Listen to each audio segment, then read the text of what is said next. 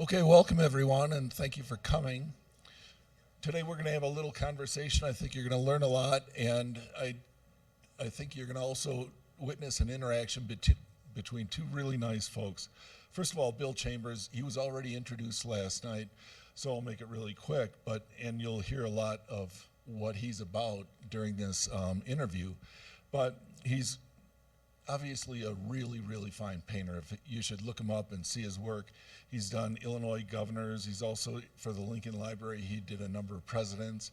And, he won the Golden Brush Award last night. So I think we all know him fairly well, at least to start. We're going to learn a lot more. But I guess in my book, he's a really sensitive artist, and he's an overall mensch, what more could you say about a guy? He's just he's a supportive guy, he's a sensitive guy, and if you have issues, he's really a good guy to talk to. So I really appreciate what he's done and said to me, and you can all learn a lot from him, and I'm sure you will today. And then Victoria Roach Castillo. She went to Washington and Lee University, and then she lived and worked in both the United States and in Europe. She's had a very interesting career, and she's won the OPA Bronze Medal. She's won Best in Show at the Women Artists of the West and National Association or Society of Artists, and she's won many other awards and been in a number of shows. But one of the things that I think is the coolest is she was the executive assistant to David Rubenstein. And if any of you know who David Rubenstein is, he's a very knowledgeable, interesting cultural icon. And so that, I think, gives her so much experience, and I would love to hear more about that just in general for the next couple of hours. But you guys, I'm going to let you go ahead, and thank you very much.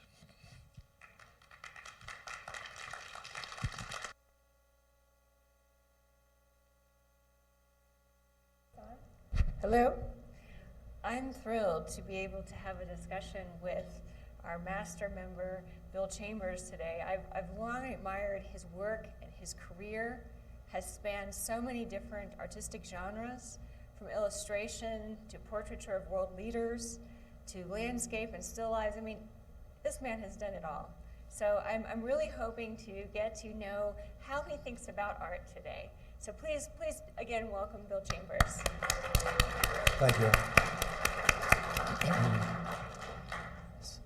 So, Victoria wants me to start right in the beginning about art school, and so basically this is new for me. I didn't have to go back that far and relive it. But I lived in Chicago and went to high school. I used to draw all the time, but didn't know any artist. So when I left high school, I saw, they used to, when they were doing cars, they would have illustrators do all the brochures. And I asked somebody, who does this? And I asked the wrong person. He said, industrial designers. So I went to the University of Illinois in Chicago for 1 year, and in industrial design, and because I had no art reference, we had art classes, but it wasn't until the second semester that they decided, they were saying, if you want your vacuum cleaner to look like you designed it, the metallurgists, the electricians, the plastic people are going to get there, and your vacuum cleaner won't look like it. And I thought, I didn't want to design vacuum cleaners anyways. They were saying you have to be an engineer, and I said, I didn't want to be an engineer. So it took me that long to decide that I didn't want to be an industrial designer. But then I literally went up and down Michigan Avenue, well, not up and down Michigan Avenue, but in Chicago, and looked up art schools. And there was 4 actually, and 3. Anyways, and I just went by myself and into the art schools and looked at what they had.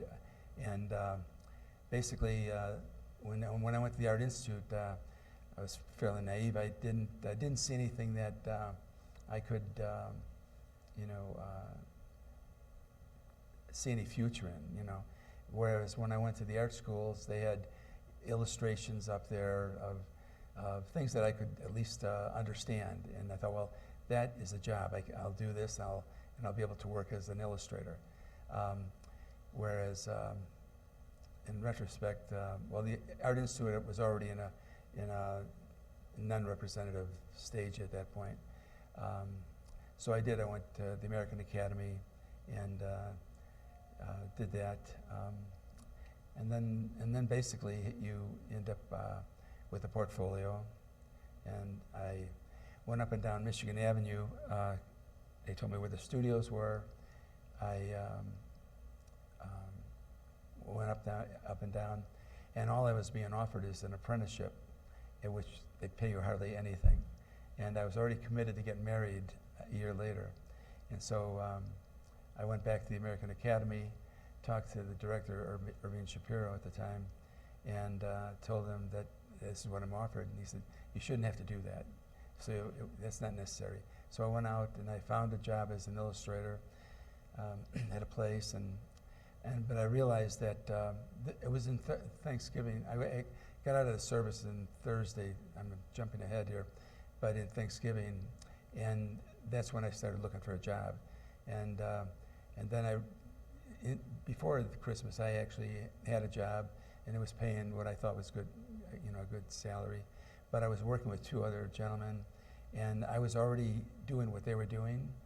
Whereas when I reflected back on Michigan Avenue, when I went through all the studios, I wasn't even close. I was like, I wasn't even in the minor leagues versus the majors.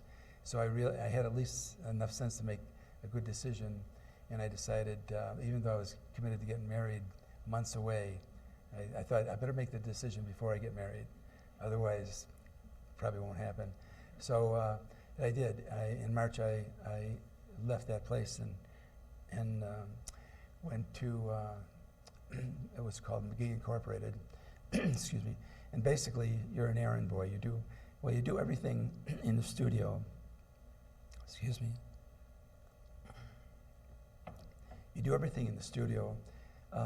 Make photographs, run errands, get props, bring models to the photo bay, all these little things that the illustrators didn't have to deal with. And so I stayed there 4 years, really, longer, because what I'm doing now in this 4 years is making a portfolio that from what I had coming out of the American Academy, and realizing that wasn't sufficient. Now I'm immersed in these wonderful illustrators, and so I brought my portfolio up to a point where I thought, now I can go and look for a job again on the board as an illustrator. In the meantime, what I was doing there was we used photography, as James said yesterday. The artists, the illustrators would have models come in, they'd photograph them. We had our own darkroom just for the illustrators. I would develop the film, make prints, make contacts, make prints, and it was always very hectic. But what happened was one of the assistant photographers, we had two photographers and they each had an assistant, one left. So I was offered to become an assistant photographer, which was good because I'm still in the studio, with everybody, but now I don't have to run errands anymore. I can just help, set up the photo labs and all that, or the photography. So I did that for 4 years, and basically at that point, now I was anxious. I thought, I'm ready to go out and get a job, and I did, and I was successful, but the 4 years was so important because had I stayed at this other place, I wouldn't have progressed at all. But by being exposed to all these really top illustrators in Chicago, I just knew that this is the level I have to be at, So it's important to see your peers and see the next level that you're reaching for. Well, it's what happens in Chicago. It's like what you have to do if you want to stay busy in Chicago. You have to do a lot of a lot of techniques. So if they want in pen and ink, if they want in charcoal, if they want, in gouache, if they want in acrylic, whatever they want, you want to have the salesman would carry my portfolio to the agencies. But whatever the agencies want, if you can do a lot of various techniques and mediums, then you can stay busy. And so that's why when you look at what was being here, they're all over the place. You know, they're just everything. Like I said, charcoal, color, painted, and so I was able to stay busy, and that was good. And basically, stay in illustration. You stay very busy, and at least I did. And there was I'm trying to keep track of here. Did you have to know anything about your subjects that you were drawing and sketching, or did No, they just these get are it all and go? these are all models that I got. Like, when I was doing what's on there now, I'd get either my wife or a neighbor child or somebody to pose. I take the photographs, then I go and I would do it. And yeah, so I always used models, somebody, and did it that way. And then it's something like this. That was for a poster, and so you go from doing a Kellogg's box, back of a Kellogg's box top, or back of a Kellogg's cereal box, to doing a poster like this, and that was the way it was or is not anymore, but in Chicago. And it was said that in Chicago, illustrators do what happens before 6 o'clock. And in New York, they do everything that happens after 6 o'clock. So, Can you give us an idea of how many projects you'd have going at once, or how quickly that projects would turn over, like one a week, multiple a week? no, they would. What would happen is, I think most of the illustrators in the studio were on commission. See, so basically, but the salesman would take our portfolios out and get a job, and I don't know anybody that refused work. But there's jobs they said you got 3 days. Okay. I've stayed overnight many times because of a deadline. And so when you get the project, you have to link up with a photographer to photograph Well, I the did models, that. or you did all that? Well, Okay, so that you was did a fortune. everything. That was a fortunate part of becoming an assistant photographer. So then for almost 2.5 years out of the 4 years, I was working as an assistant photographer. Yeah, so I'm very adept at that. And most of the illustrators did their own photography. So will you tell us about the process from when your boss hands you the assignment, or you take the assignment, to when you turn it in? Can you tell us a little bit about that process? Well, yeah, it's basically it's simple. I never refused the job, but they said sometimes, usually it's not overnight. That's not typical. It might be 2 nights, but you might need the second night overnight to get it done. And but somebody was always working late. And I remember one time that I got a job on Friday. The salesman came and said, "We need this Monday morning." I don't know what the agencies. I don't know if you've ever seen Mad Men. Anyways, what they do up there, and then they say, "Oh, we should get an illustrator." So basically, this was on Friday, that Friday afternoon that I took the job, but I was actually had 2 tickets, and you're probably not a fan of Elvis, but I was, Oh, we have some fans of Elvis. Well, in here. I was a big fan of Elvis, and but never turned down a job. I had 2 tickets, and all of a sudden I realized I worked out my time, how long. I was fairly good at mapping it out, how long it would take me to get this done by Monday morning, and I couldn't go to the concert. That wouldn't think. So basically, I gave the 2 tickets to the receptionist, and then I went home and did all the photography that night that I needed. So, but then I thought I never anticipated that I wouldn't get an opportunity to see him again. So then I totally regret that. But there were so many times you would put things aside, and so you basically, it was always typically the same. You accept the job, and it typically involved models, but not Like always. these? Well, now these, for example, I didn't photograph these gentlemen, but the tennis player says that they were for posters, but and that and the style is different, you know, from the Kellogg's box top, right? Mhm, And very- but sometimes, for example, you're doing an example would be, again, you want to be busy. So all of a sudden, I was doing a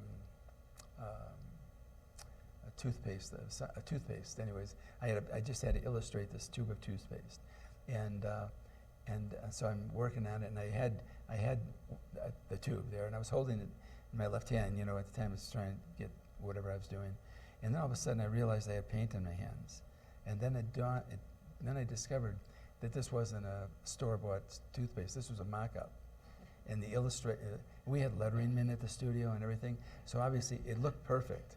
But now I'm working at night now, all night, and I realize that now I have to finish the toothpaste. Then I have to go and work on the tube because they're going to photograph it.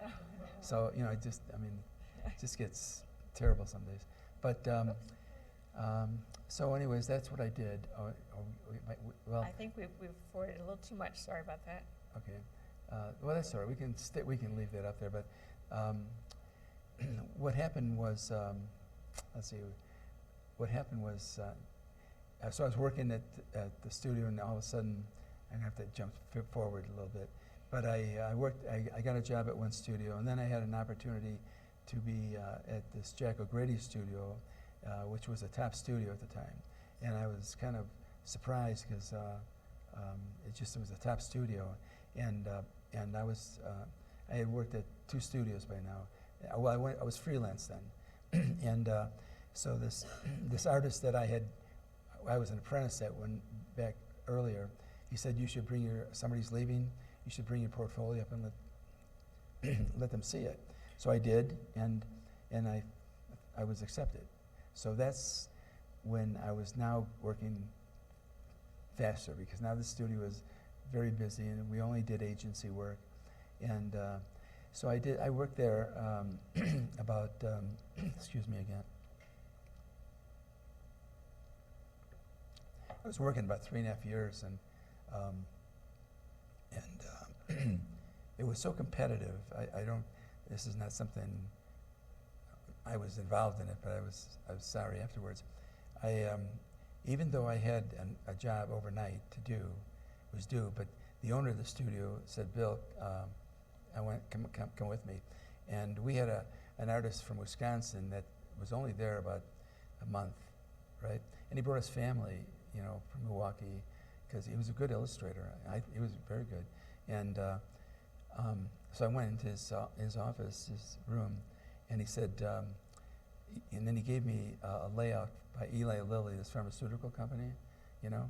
He said, "I want you to take this layout," and he would sleep overnight a lot. The owner of the studio, it was a really nice studio. He had his office. He had like a bedroom in it, more or less. But the fact is, he slept over many times. So basically, he gives me this layout, and even though I've already got a job, that's why I'm there, working at. A salesman thinks it's going to be finished in the morning, but when the owner of the studio says, you know, come over here. So he gives me a layout that was by Eli Lilly, a pharmaceutical company. He said, "I want you to do this. I want you to wake me up at 7:30 or something. I want it matted, stated, you know, all done."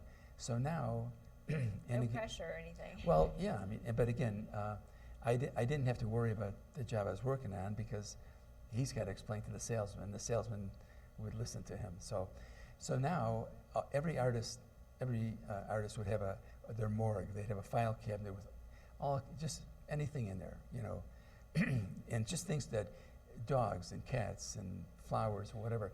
And it was just that if you needed something, you could go to your morgue. Otherwise, you're going to the library. Otherwise, you're buying flowers and photographing them.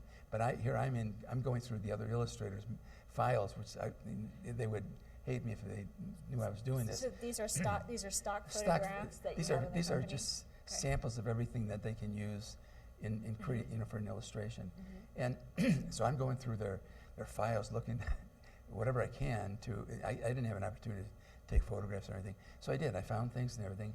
I did did exactly what he wanted, and woke him up and all that. And I find out that day they fired the other illustrator Oh. because he was working on this over a week or week and a half, and I thought, you know, I was complicit in, you know, because I did it overnight, and he had it like I think if they told him to do it overnight, he would have. But for whatever reason, he did it. But it was so competitive. Yeah. You know, that type of thing. Well, anyways, How did you move? I know you did a series of these collector's plates that Yeah. are very interesting. First one, a series of Annie. well, How did you get into this? And So, what was this about? yeah. So what happened was, after about 3.5 years of working at the studio, which I thought I would stay there a long time. It was very competitive, and I was getting burnt out. And two of the salesmen decided to open up another studio, and they were the people that were carrying my work anyways. And at that point, I could go freelance and work out of my home. Mm. So it gave me freedom. Now I'm not under the, you know, the guys, Jack O'Grady. You know. So this sounds kind of like a transition into the fine art from the illustration Well, world.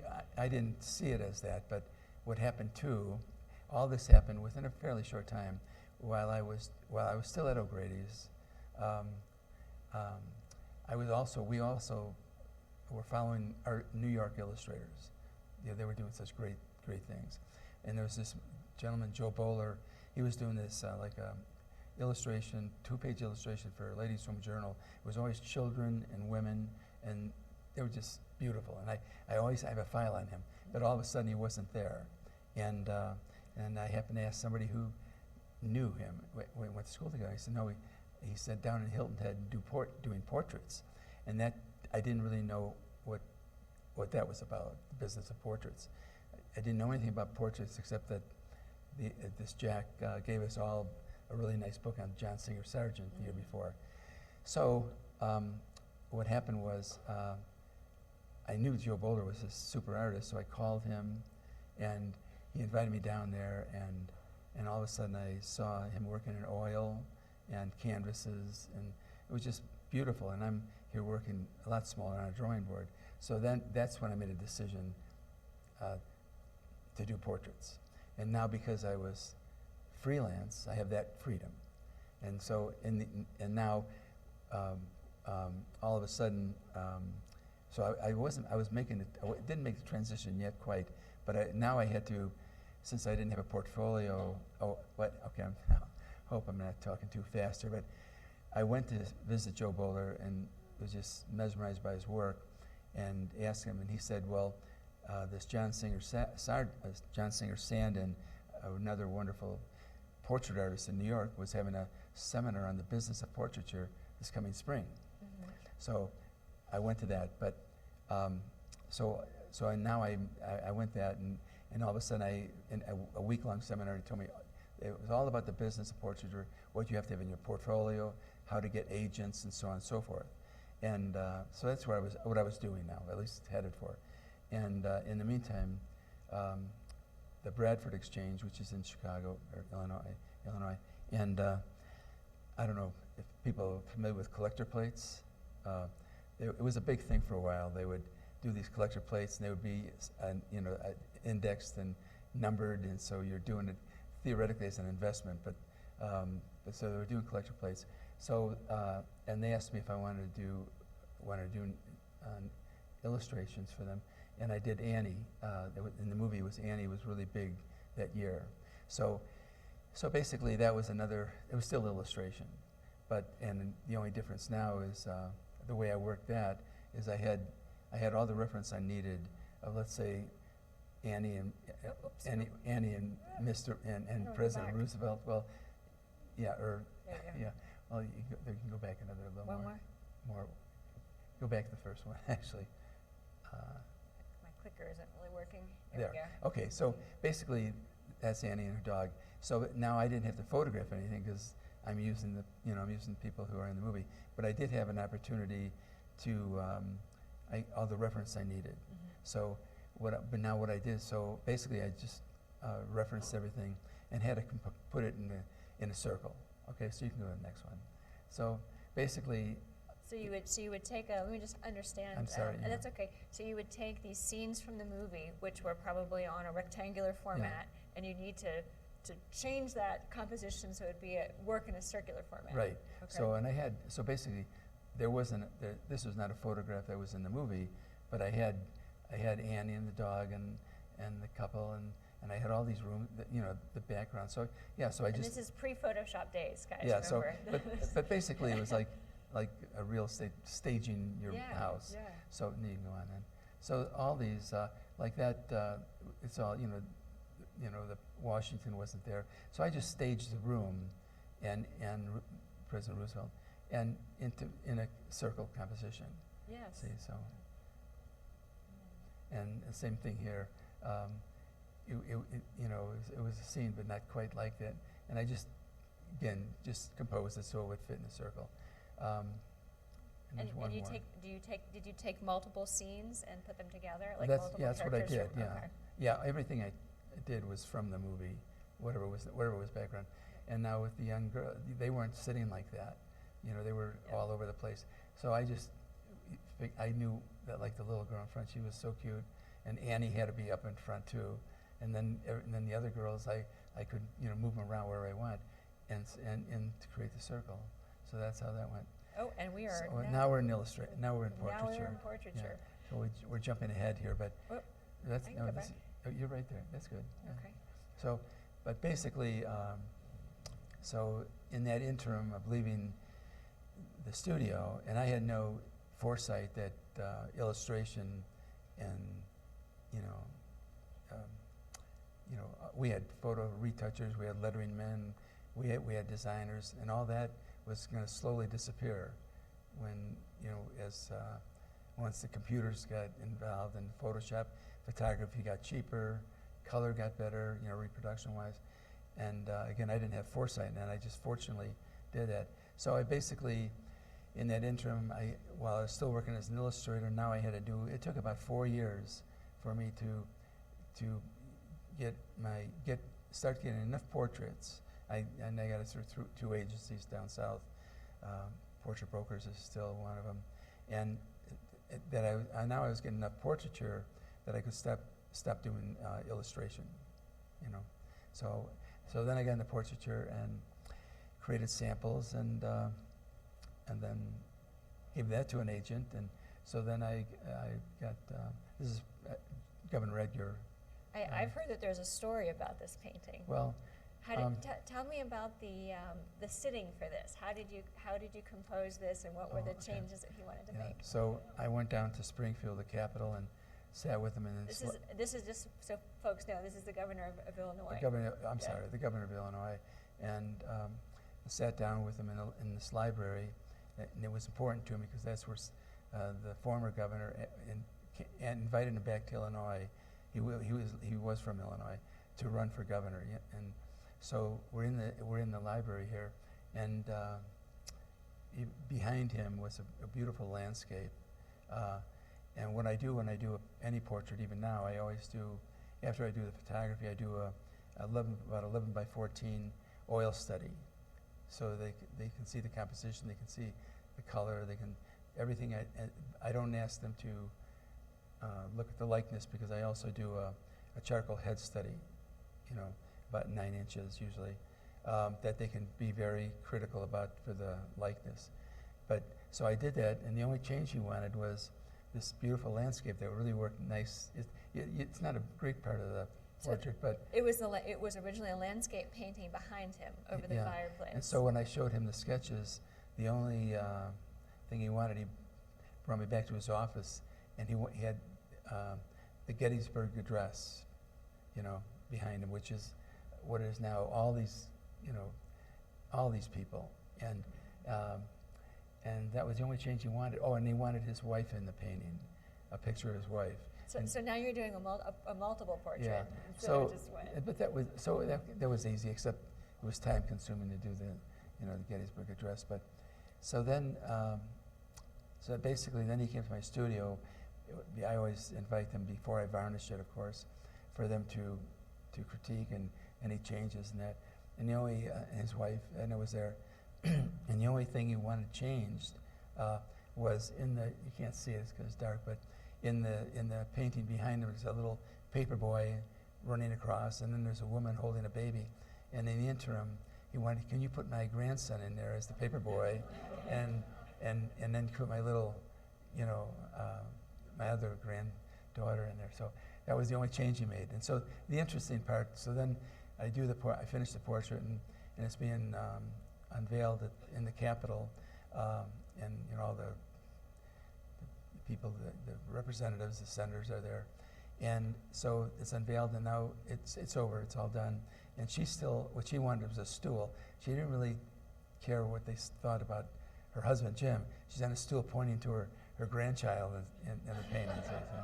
So, but that's how with the portraiture, it's you know, you do have a client, and so you're still you're commissioned, and you know, my experience is when somebody wants something. Excuse me again. Well, it reminds me, what you're saying now, it reminds me of what James Crandall was saying yesterday during his, that even though he's doing fine art now, he's still getting assignments. So it still sounds like you're getting assignments and you're completing them. Well, it's not, it's not totally unlike, yeah, I'm commissioned before I even start. Right. And, but I find when you're doing a portrait, you find when you're talking to the people and learning, there's certain things you realize that they really want in the portrait. And sometimes it's, I don't have the portrait here because there's you know, everybody liked it, but the current governor, not the current, the last governor, basically with portraiture, you do have the client, the subject, usually they're the same almost, and you try to try to do anything you can to visualize that you know what the portrait's going to be like. And so basically when I was photographing him, and he had his friend with him, and he was always standing directly, you know, just straight on. And I told him, I was explaining why that's not the best pose. So I would have him pose just a little. He wanted to stand, and so I kept posing him a little off, you know, off center, as it were, and a little oblique and that.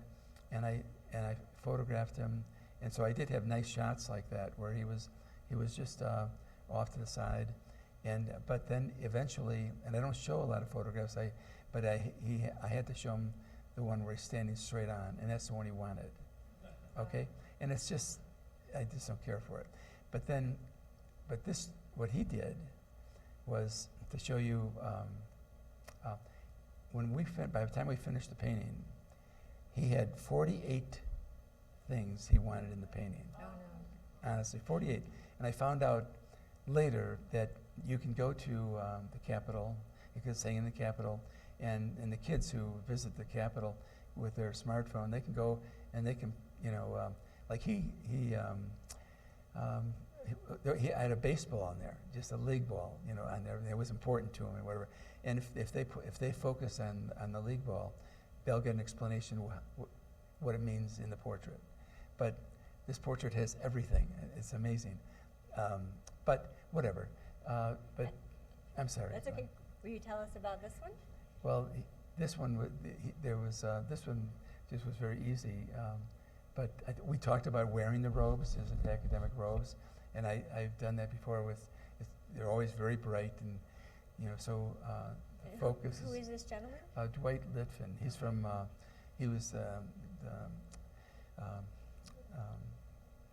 director, the president of Wheaton College. It's in Wheaton, Illinois, and so, but everything posed nice. He didn't really make any changes that I can think of. So that worked well, so that worked well. I didn't have to do anything. I didn't have to convince them anything. But what I would do is just with the hands, I'd make them, you know, try to have them, because everybody doesn't put their hands, you know, right, or at least photogenic, and you know, some people. So anyways, what I'll do is have them. I'll take a lot of photographs of their hands, but I don't make it hard for them. I just tell them, go, you know, just put your hands down, shake it, come back to whatever you want, and eventually they'll come upon something that is really nice and relaxed, you know.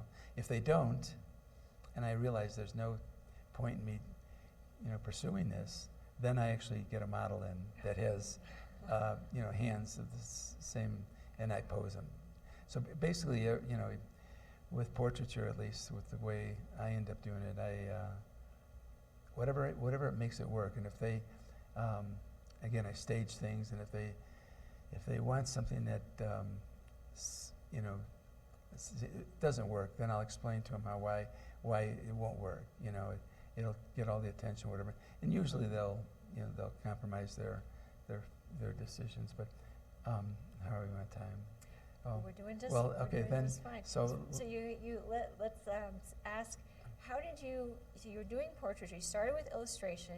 You had this bridge, this bridge to portraiture by doing your plates, and now you're in portraiture. So were you also in the background doing other fine art like still lifes and landscapes, or did that come later after you were fully up and running in portraiture? No, that came, basically, I was busy doing portraiture. That was my whole focus. Mm-hmm. And then Betty Schmidt, who we had a memorial last night, she called and asked me to join OPA and explained what it was and all that, and I did. And once I joined OPA, then now I had a reason, because all of a sudden shows, and that's when I started doing paintings. Yeah, so that was, again, because I was invited in and doing paintings. And Were you finally able to feel like you could do your own composition without anyone giving you an assignment or taking a commission? You could paint what you wanted to paint? well, yeah, some of the portraits I entered in the Portrait Society.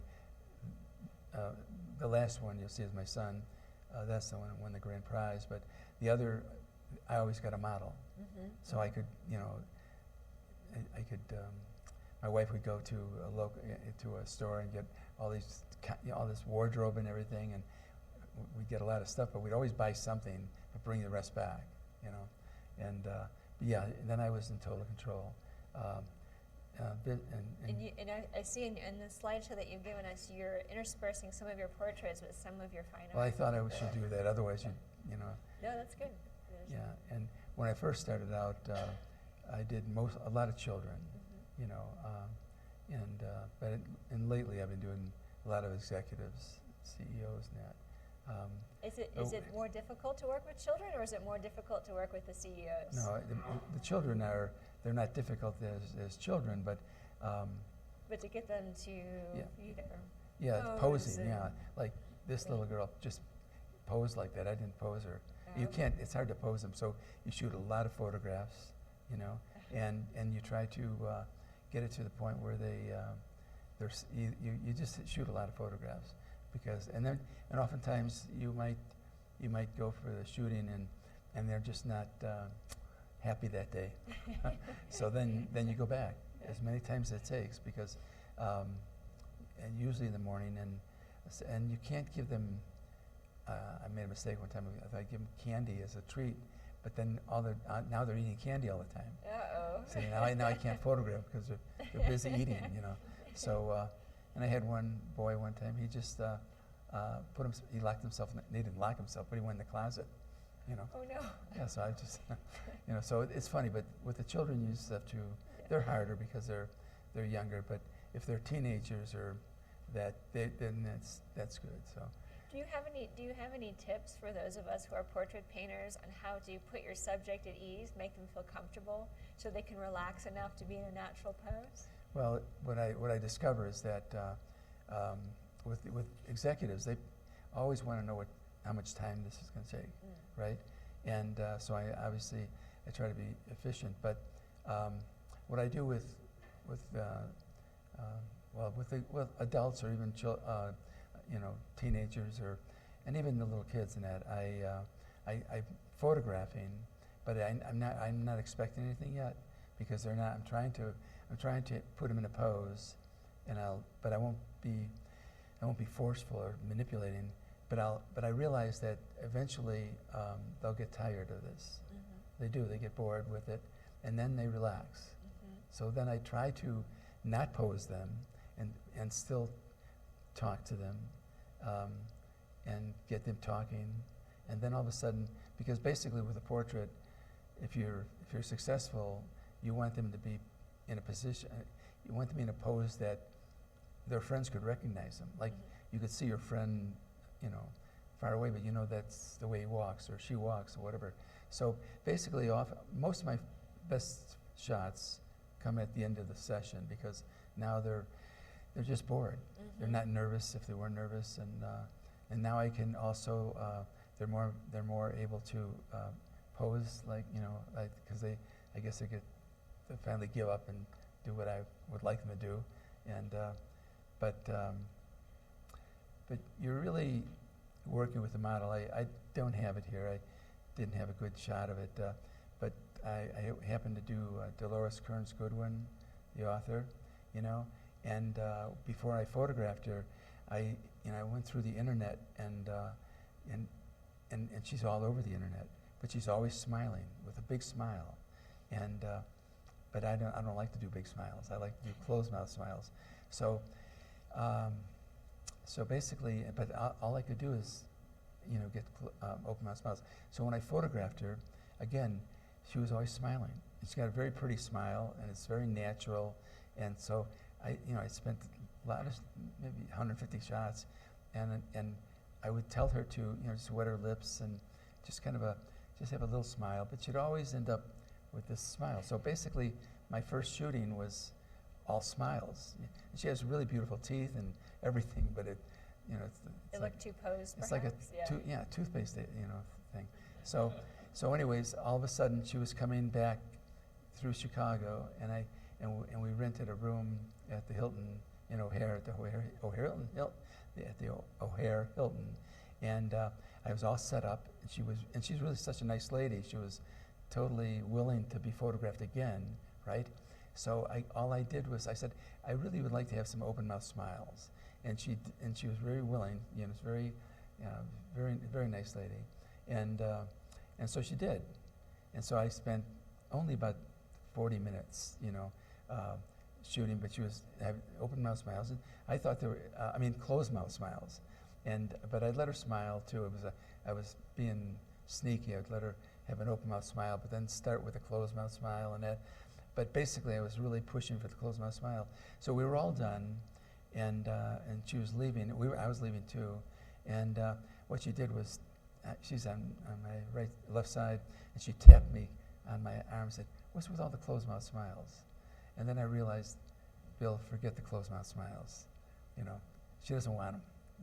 So now when I painted her, she got the open mouth smile. Because that's who she was. That right? way, yeah, That yeah. came out as who Once she she tapped was. me on the shoulder or the arm and said, "Bill, what's with the closed mouth smiles?" Then I didn't even answer her. I realized, give up, Bill. So the client, you're always in, you're always doing something so that the client's happy, and it has to be them. And if you put somebody in a pose that's not natural, they might say they're happy, but they're not. And it might be a nice portrait. I might like it, but so I don't do that. I photograph. I work with them long enough so that, and also with the sketch and everything, they get to see everything I do, and I show them everything. So the end is not a surprise to them. it's They not a see surprise. it all along the way. They're able to, all along the way. And if they decide, they want a different tie or something like that, I'm willing to do it, even if I've already finished a tie. Yeah, but. I recognize this gentleman. Oh yes, well, no, that I didn't photograph Bill Clinton, but that was the Lincoln Library commissioned me to do his portrait, and then this was after he lost a lot of weight. He lost about 45 pounds, and a lot of the photographs on the internet and everything were heavy. And he sent me photographs. The ones that his people sent were all after he lost weight, right? And when I would see the difference, it was a remarkable difference. So what I had to do with that was,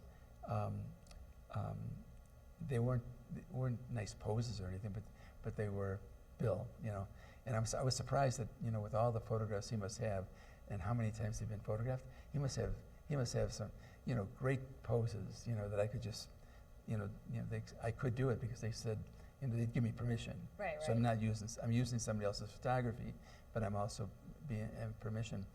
So then in that case, I got the best head, and then I got a model for the body. Oh my goodness. See? So and then he reads a lot, so that's where I introduced the book, you know. And did you have a hand model for this, or is that Well, part no, of I your- just got the model, was Right. able to hold the book. All right. And then, and the globe behind him just represented, because he and the first President Bush worked together globally.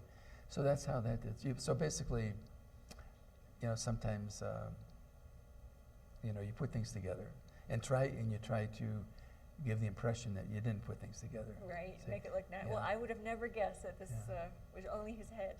Yeah, it's much lighter than the, you know, it's a dark, I don't know why that's so dark. And And who is this this is distinguished woman? Dr. Carol Searles, Okay.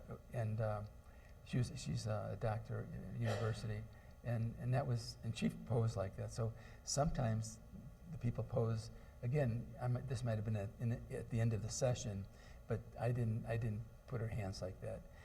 And also, if somebody is, like Governor Ed, we won't have to go back, but he had these two fingers always spread, okay? And I kept telling him, I kept trying to pose him back, that no matter if he started like that, by the time I got back to my camera, they were like that. Oh. So I just gave up, because that's him. Yeah, And like the one with a smile. That's with a just smile, her. I just Yeah. realized, you know, that's her. And so I try not to, I do try to, you know, I do direct a lot with the hands, but at the same time, I don't do, if they're doing something, if somebody was doing, well, if there's something that they're just doing all the time, I would at least photograph that. And if it works, then I would use it. But, so when you're, you know, yeah, it's not like going out and doing a landscape, you know, but I do all this preliminary work so that I don't get changes. And I keep them, you know, along the way. So, yeah. So, and these are all the paintings I did here were because of OPA, right? And that's cropped. It's actually larger than that.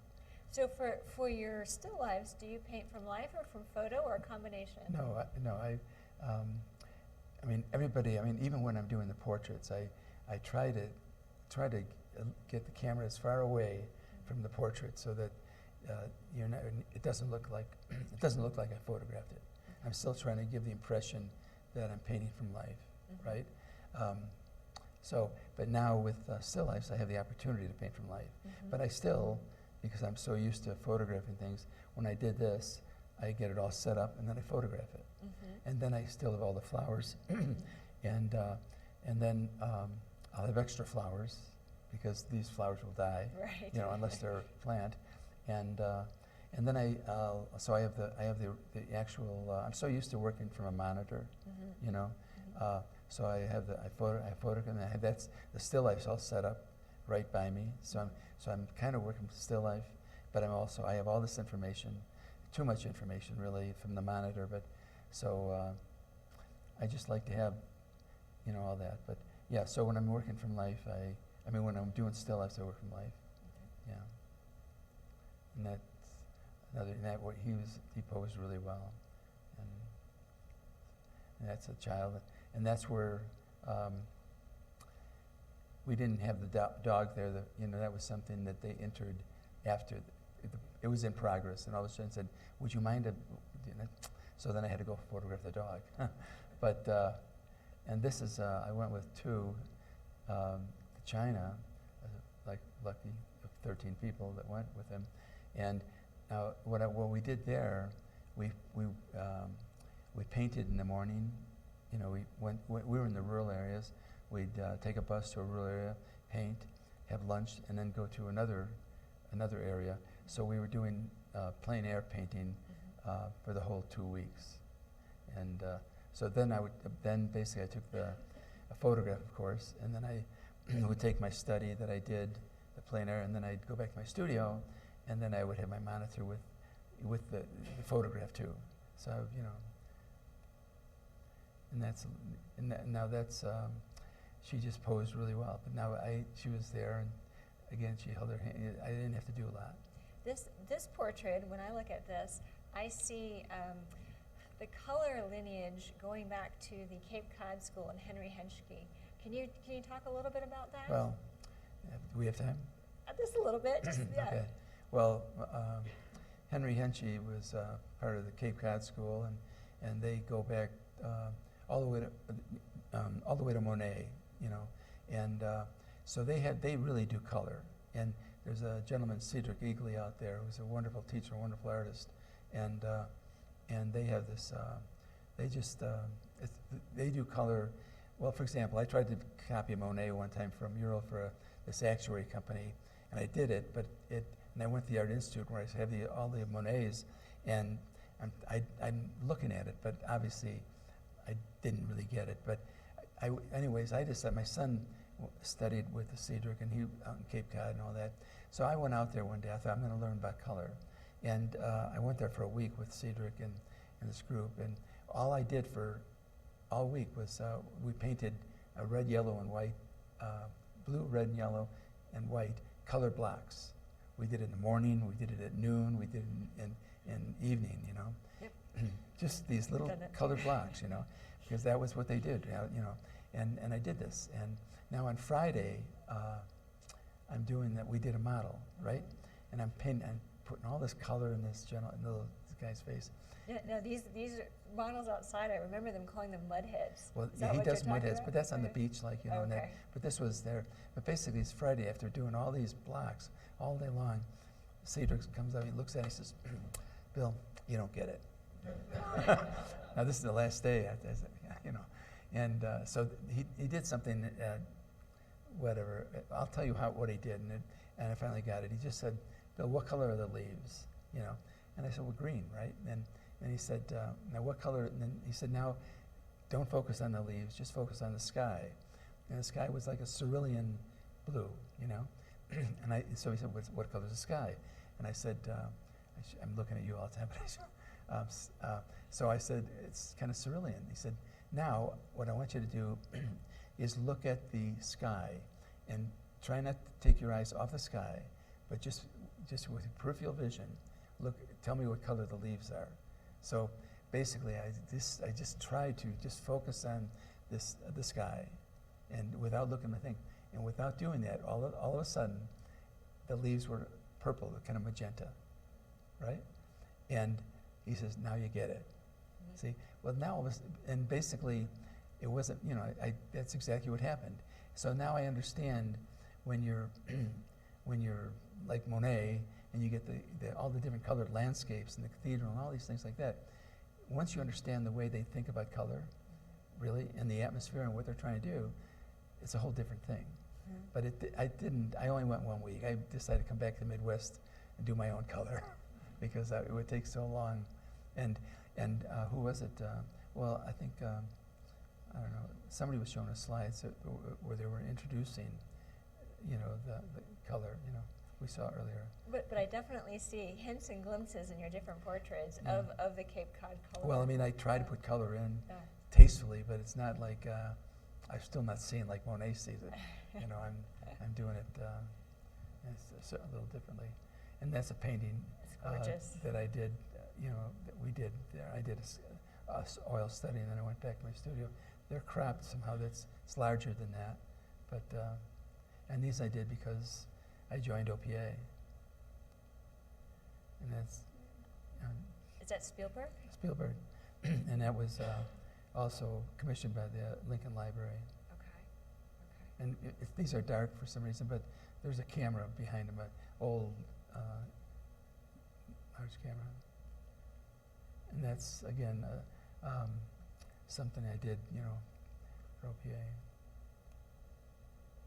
And it's real dark. There's this gentleman had his wife in there, and this ticker tape. He's in the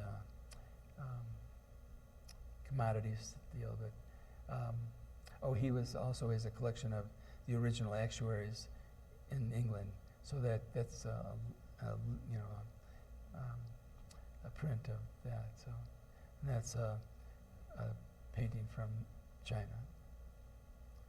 And this is from a Greek island. This little girl, and and the dog was there. I didn't have to pose that. She was there like that. Perfect composition. And that wall wasn't necessarily behind her like that, but there was a wall just down a little bit, and I photographed the wall and brought it in there. It looks like you had fun doing the graffiti on that. Yeah, I tried. Yeah, I actually did graffiti, so that So that's cool. Now this is the this was a model I brought in. You know, it's a little contrasty right now, but and now I posed her. You know, and so that's from China, and that's my son. And that's the one, the painting. Again, I did pose him, and he was 16, I think, or something. And It catches that 16-year-old attitude. the attitude, yeah, I did, and Yeah. that won the grand prize at the Portrait Society. But there's more to it. It's very dark too. But yeah, and I got the People's Choice because I think a lot of the ladies saw they have children. They saw that look, you know. So I think we all know that look, right? yeah. So well, that's about it. You Well, know. if we could end maybe on, what advice do you have for artists who are either beginning career or even mid-career, portrait artists, figurative artists? What kind of advice, from small little things to larger things? What advice can you give? What tips or what words of wisdom can you give us? Well, I don't think I have any wisdom, but I would just guess that, you know, ever since, even when I was an illustrator, I mentioned that I admired these artists in New York. They were just doing beautiful work. So ever since I started, I always knew that there was, even in art school, it was competitive to get on the wall, you know, this wall a month.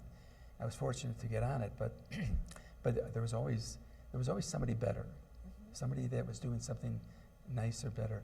And so so once I got into you know, with illustration, I had to compete with these other artists, and so I was always trying to improve my samples and so on and so forth. And then once I discovered portraiture, then all of a sudden I discovered who are the best portrait artists, right? And it's easy, you know, and the best ones have books out, and so and I went down to, when I'd go to the Art Institute or something like that, and you'll see John Singer Sargent's work, and then you realize, oh my God, you know, now you realize how far you have to go, not that you're ever going to get there, but at least, so there's always somebody ahead of me that I see, and also the artists that I admire the most, that in their canvas, in their paintings, there never seems to be anything. I have this less is more idea, and that's why this Governor Edgar's portrait, I'm not Governor Quinn's, with 48 things in there, because I kind of believe in less is more. So, and I try to do that. If whether it's anything, a landscape, you know, if it's not needed, take it out. But I do believe I do believe that when you're doing, whether it's a landscape, still life, plein air, you know, head study or something, that everything is important, and you don't minimize something. If you're going to do whatever you do, it should be finished. Even if you're doing a blouse or something, and it's a vignette, it's got to be a really nice vignette, you know. Or if you're doing, you do furniture, you should be able to do furniture. You got to get the furniture to look like wood, right? Or hair to look like hair. So that all takes time, but that's what, when you see the best artists, the best portrait artists, even when they get to the point where they're not doing every, you know, strand of hair, but they know hair, so they do it with simpler brush strokes, but they get the feeling of hair. They get the feel of the You get the feeling of hair. You get the feeling of wood. It's, you know, it's so it's basically just being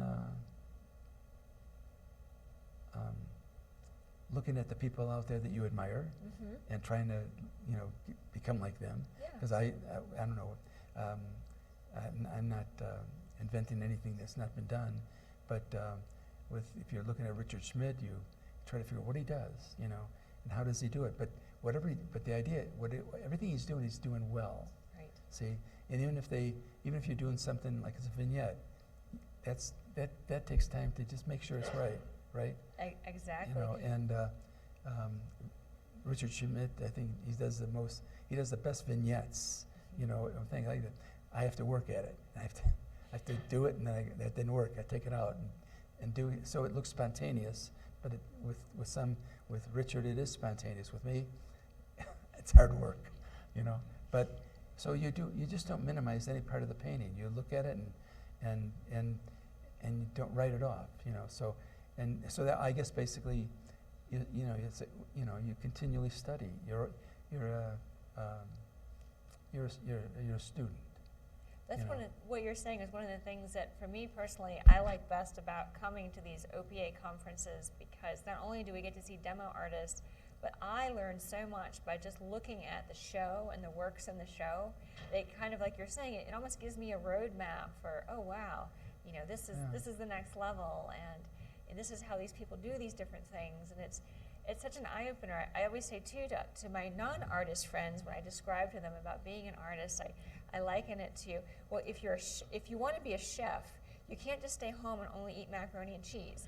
You have to go out to the really good restaurants so you can understand what the food is about, so you can see where you want to get to eventually. And I really believe coming to these shows and seeing the caliber of work that we have here at the Steamboat Art Museum, that's a good roadmap. Well, yeah, when I go, I always learn something. When I go through the show, with these paintings, there's always some painting that I realize, wow, that really worked. Mm-hmm. And then I try to figure, you know, and study it. Why did it work? Mm-hmm. And sometimes it's technique, sometimes it's just taste, sometimes it's just their colors. And so I always walk away with something that I didn't have before I came, you know. And I'll, you know, so I just think you're continually learning, but I think every painting's got to be an important painting. Even I don't think my non-painting friends don't understand either. The gentleman is retired from a very responsible job, and I was telling him that for however to keep it up, I said, well, I go to the palette and chisel to paint. He said, why? He said, well, I'm just practicing. You know, I'm practicing. Why do you need to practice anymore? See, so, and even Liszt continued to do scales every day. So, oh, I know. So you have to, on his piano. And he didn't understand, but because all I have to do is look at a drawing, you know, and I think I gotta practice. I'm gonna learn it. I think you're a continuous student, and like you said, the show has a lot of things to pick up, and you know, so. Well, with that, I think I'll turn it over and see if there's any questions in the audience. Was anything you'd like to ask? Well, this is a dumb question, but did you put all 48 things in there? I did. And and even actually, it was only about a week before the presentation, he asked me, and I realized when I had lunch with him several times, he always had a clipboard with him. You know, he was always having people sign things, you know, that whatever. And he asked me only 2 weeks before. He said, "I forgot. Can you put my clipboard in there?" Now, and so basically, again, I could argue it and say that's too late. I can't do it. It's it's almost varnished or something. I said, yeah, I can do it. So now I had a bookshelf, and so now I had to rearrange the books.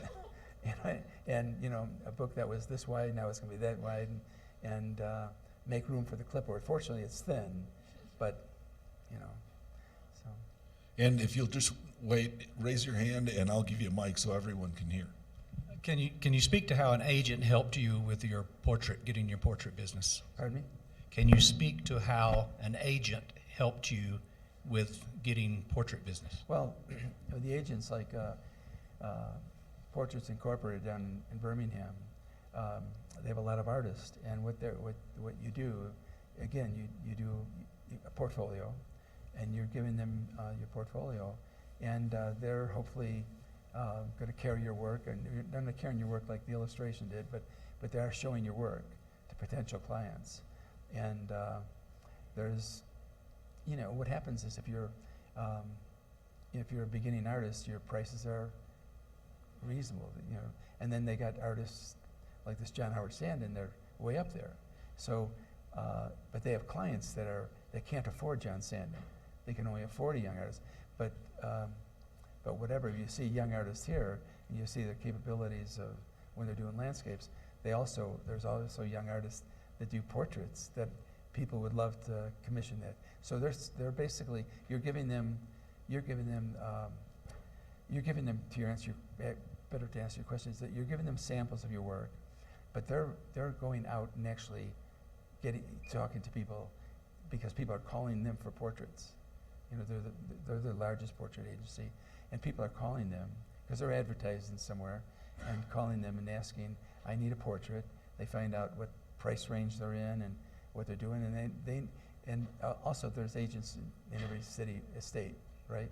So basically, so they're carrying your work just like illustrators, agents did, because you can't be, you're in the studio, and unless you're a great marketing guy, and there's a few that they do everything well, they're agents, they sell your work better than you can, but you do pay a commission, which you would understand, but I think it's better to have an agent, because if your work is and when you're younger too, there's more work really for younger portrait painters that are good, right, than there are for the high-end guys, you know. So, yeah, that's what they do. Yeah, yeah. Don't forget, they're trying to sell your work because they get a commission. So they, I was just curious. The few commissions I've done, I absolutely do a photo session, kind of like you described. But I was just curious with your peers, like when you go to the National Portrait Society or the other people in the book, how many do live sittings as opposed to photography? You know, I don't know. There's a lot of people who will say, you know, I work from life, right? But and I don't know, because I think they might work from life, but I also think that they'd be wise to take a photograph, right? Because I just finished CEO from Abbott Corporation, and he should. They want to know how much time they have to invest, and they're always traveling, and so basically they're always traveling. So they block out a week or something for the portrait, right? And I never. Once they give me I've done this twice where I said, I can't make that, I can do it, and it changed, right? I didn't get the commission. So, so when people work from life, I mean, I studied just briefly a long weekend with Nelson Schenck in New York, right? And he said he had this beautiful painting he did of Princess Di, and it was a profile, so it was a little simpler. And he said he had 34 sittings. 34. I think he just liked Princess Di. You know, but who doesn't? But 34 sittings. But I don't know any of the commissions I did of adults or even children I would get 34 sittings.